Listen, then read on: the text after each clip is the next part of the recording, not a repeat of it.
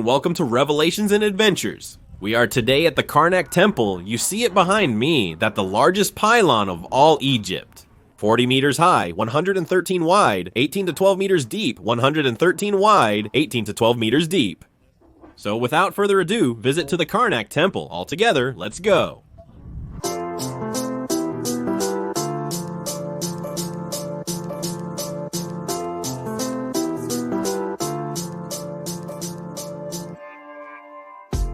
Here we are now, we're approaching the first pylon, the largest pylon in all of Egypt, 40 meters high. So here, it's not complete. 40 meters high and 113 meters wide of... From there to... over there. And a depth varying between 12 and 18 meters, a bit like in Edfu.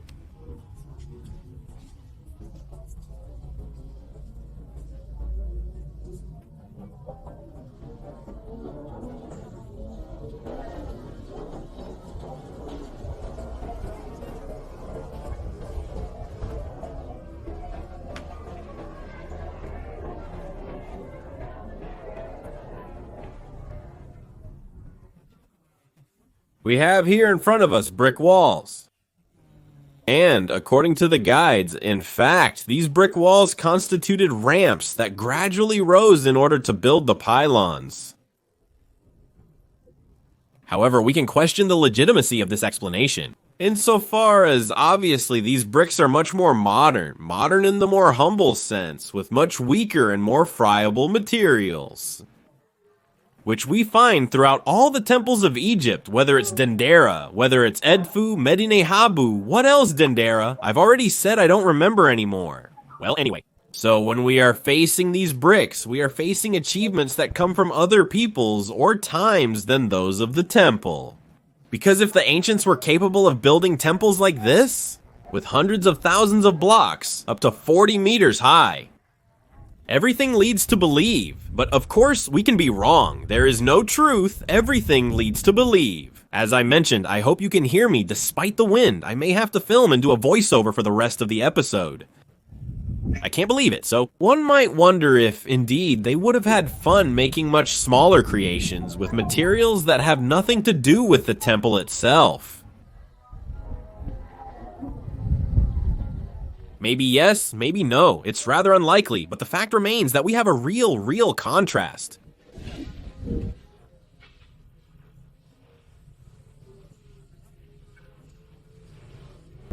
It's precious to be the signs. In France, we save the egg tomb. In France, we save the egg tomb. In France, we save the egg tomb. There you go.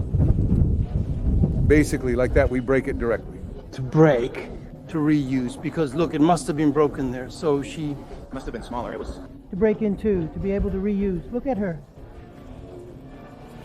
Look at her, but... There, it must have been hard. They stopped painting. The Egyptians. But why did they make two holes or not? Because it was too hard.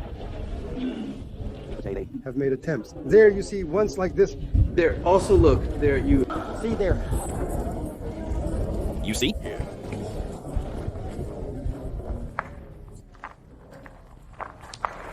It's damn white, you... Those are pieces of obelisks.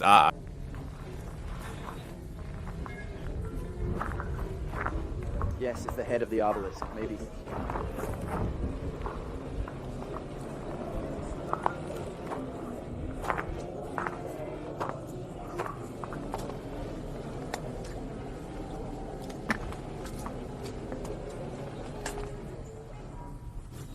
To transport it here, 134.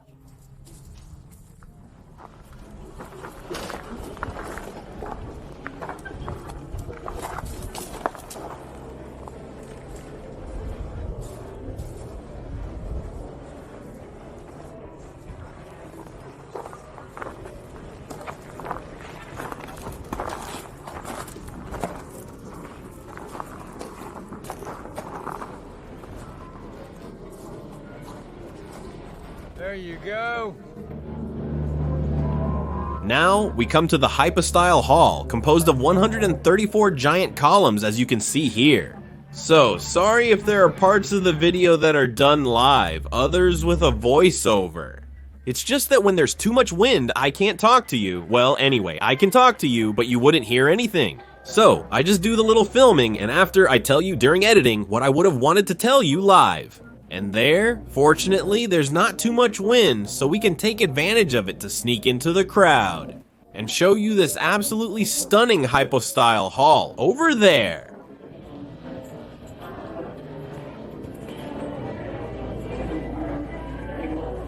We see the Obelisk of Queen Hatshepsut, all...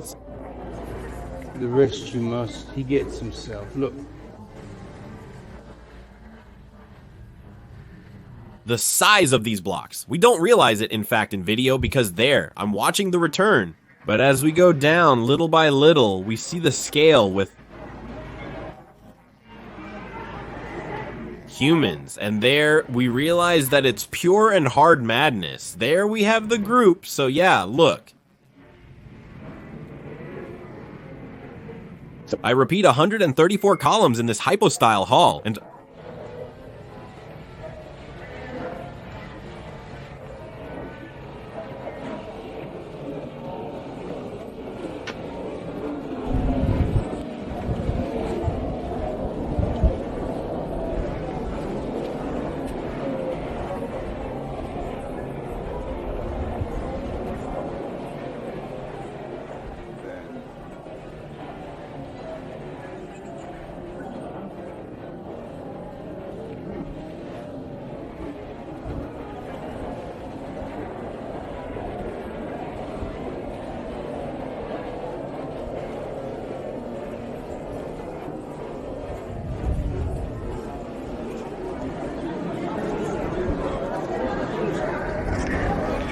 when you're in it, it's a real maze. There, for example, I lost the group for a few moments. Ah, hello, very good. And so, to find again, like you can see, we can...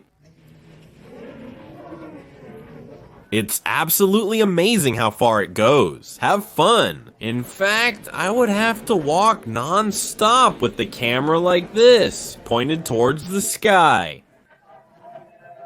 Do you realize everything we have? It's true.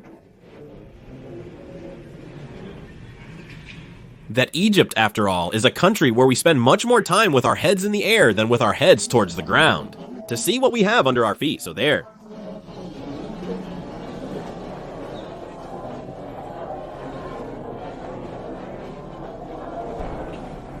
Are close to the obelisks. So here, this is the obelisk of Queen Hatshepsut. Look with the obelisk.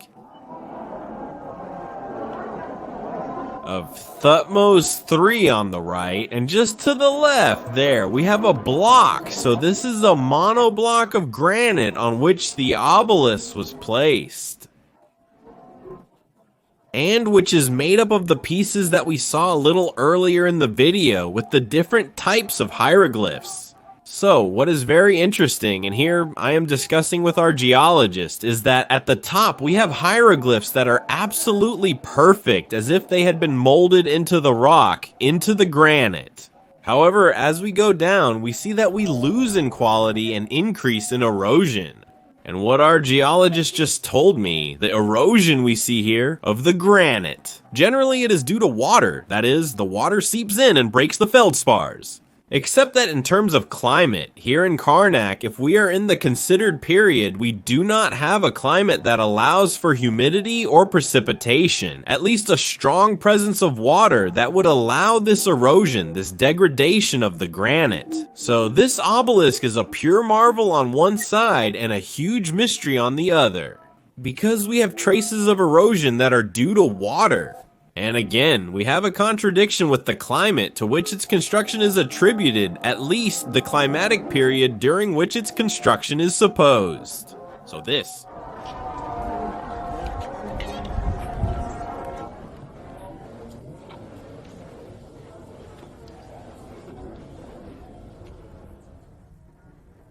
The end of the Hypostyle hall with its columns is visible. From up there, the view is a bit better. We can see the blocks that cross the Hypostyle hall well from the side, although the view may not be perfect. And then, on the left, we also have the rest of these columns for the southern part, and it goes all the way to the left over there. And one.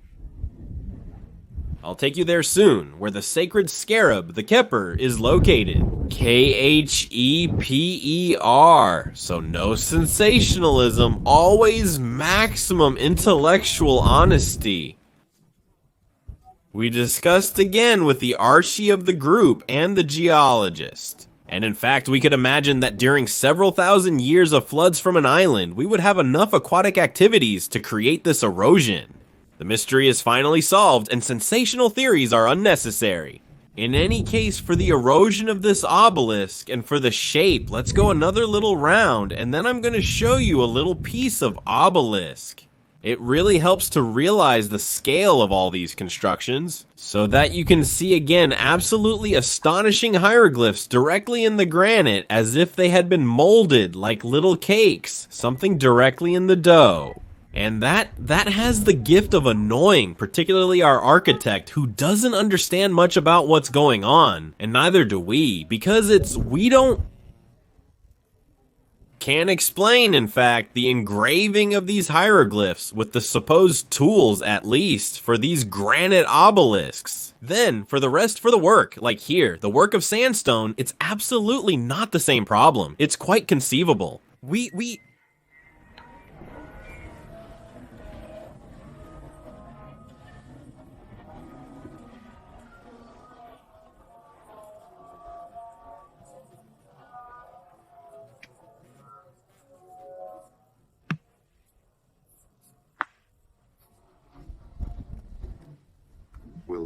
Get closer, little by little, to see a bit of the difference in hieroglyphs. The debates are raging within the group, the Surveyor.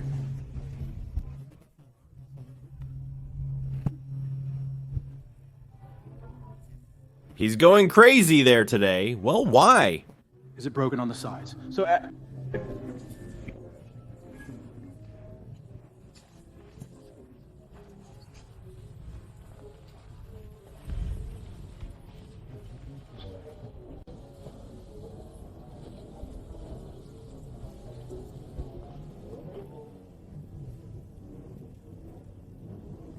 The moment I was saying the hieroglyphs of the base, in fact, it's those ones that we rely on, no pun intended. To determine the construction time of the obelisks, it is said that for the 2 obelisks that we are looking at in detail, it took 7 months. It's written on these hieroglyphs. However, when we get closer, we realize very quickly that these hieroglyphs, in terms of quality, have nothing to do with those of the obelisk. They are much smaller, they are much coarser, whereas on the obelisk, look, we really have something absolutely perfect. This casts doubt on the validity of the 7-month explanation, suggesting it could have been significantly shorter or longer. But as we approach this obelisk of Hatshepsut and Thutmose III, we realize that there are 2 types of hieroglyphs.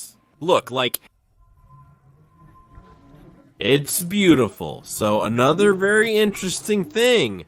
So you remember the video we shot at the Asoin obelisk? Well there, when we look at the surface, I don't know if it shows as well on the image as in reality, but it seems like the surface of the granite is a little bit bumpy, as if we were taking an obelisk, like at the Aswan quarry with the bucket marks on these surfaces. But we would have polished and softened these marks.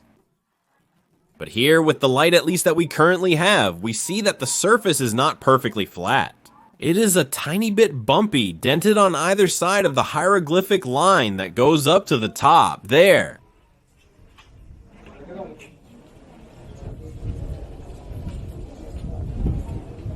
It's surprising, since it is that of the obelisk. The precision of the overcase. So, we are against the day, so I don't know if we will see it, but there. We are measuring the flatness, and we are at 0. Like in the king's room then. So, the edge is absolutely perfect. If I move up tiny bit my phone. I am. At 1 degree, 2 degrees, 3 degrees,